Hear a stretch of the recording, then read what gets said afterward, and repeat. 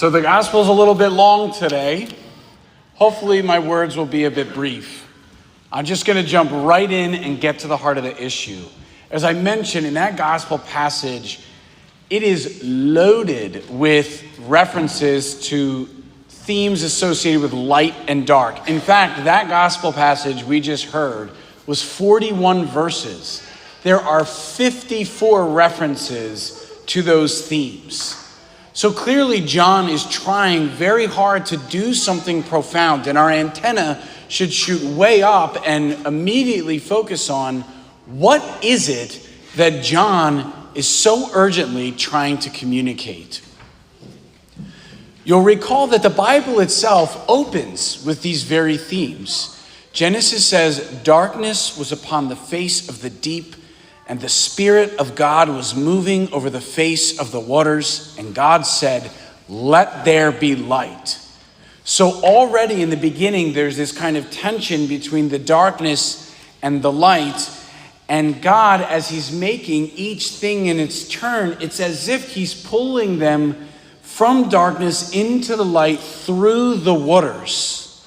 Until eventually that creation account, as you know, peaks at the creation of man, where it says God, quote, "kneaded man out of the dust of the ground." But you know, you can't just knead dust. It requires moisture. And so the ancient Israelites believed that God spat into the dust to make the clay and to knead Adam into existence. So for example, one ancient Jewish scroll says, "You placed knowledge in my frame of dust in order that I might praise you. I was formed of spittle. I was molded of clay, and my formation was in darkness."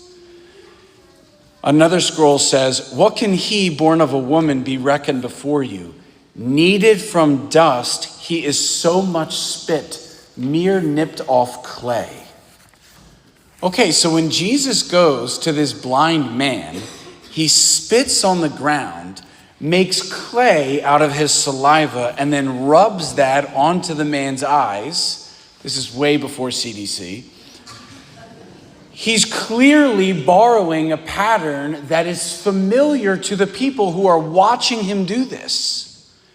He's rescuing this man from his own darkness, bringing him into the light by making him into a totally new creation.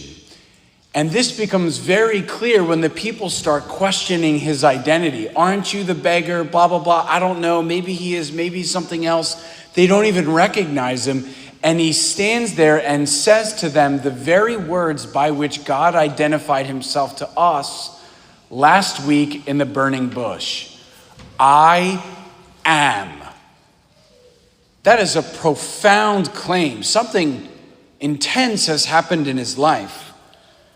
But the way Jesus rescues him beyond creating the clay, just if you remember as Genesis, it happens through the waters. So Jesus says to the man, before he even says that I can now see, "Go and wash in the pool of Siloam."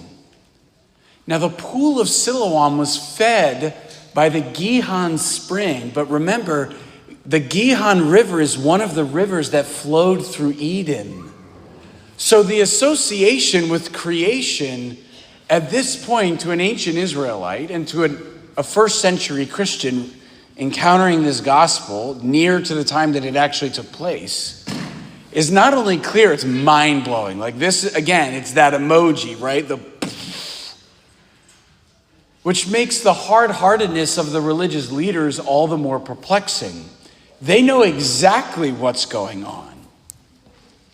Okay, that's a really fascinating literary association, but I get it. Maybe I care about these things. Why does this matter to you 2,000 years later? Because of what St. Paul said. St. Paul said, "You were once darkness, but now you are light in the Lord." In other words, all of us are the blind man. All of us from our birth were born into darkness because of original sin. Remember, original sin isn't a personal sin. It's not the consequence of a guilt that I myself have incurred. It's a condition that was handed on to me by my first parents. And John reflects this in the gospel. So when the disciples say to Jesus, well, who sinned, this man or his parents, that he was born blind? Jesus looks at them and says, neither. It's a condition. And if darkness is the absence of light, original sin is the absence of the Holy Spirit, who is life and who is light. Yet St. Paul says, but now you are light in the Lord. So something has happened. He can say this because at some point in your life, probably when you were a baby, God brought water, your dust, and the Holy Spirit together again to bring you from darkness into light. And that was the moment of your baptism, making you entirely new, restoring you to life and moving you into the light, so that, like the blind man, you could borrow the divine name and now say, I am. That is amazing. And in a few weeks, it'll be Easter, when we commemorate the triumph of the light of the world over the shadow of death. And all of us in these pews are going to stand up, and we're going to renew our baptismal promises with heads held erect as ones recreated by God. And we will pledge the entirety of our life to this new existence by rejecting Satan, his empty promises, and forsaking darkness forever. So the reason this reading has importance to us today is because it tells us then Lent is the time that prepares us to stand in those pews and know exactly what we are doing when we renew those promises. This is worthy of our full attention and our energy. And so, with just a couple weeks left until that moment, choose now the path that will best dispose you for that day. And then rejoice, because that day is already near at hand.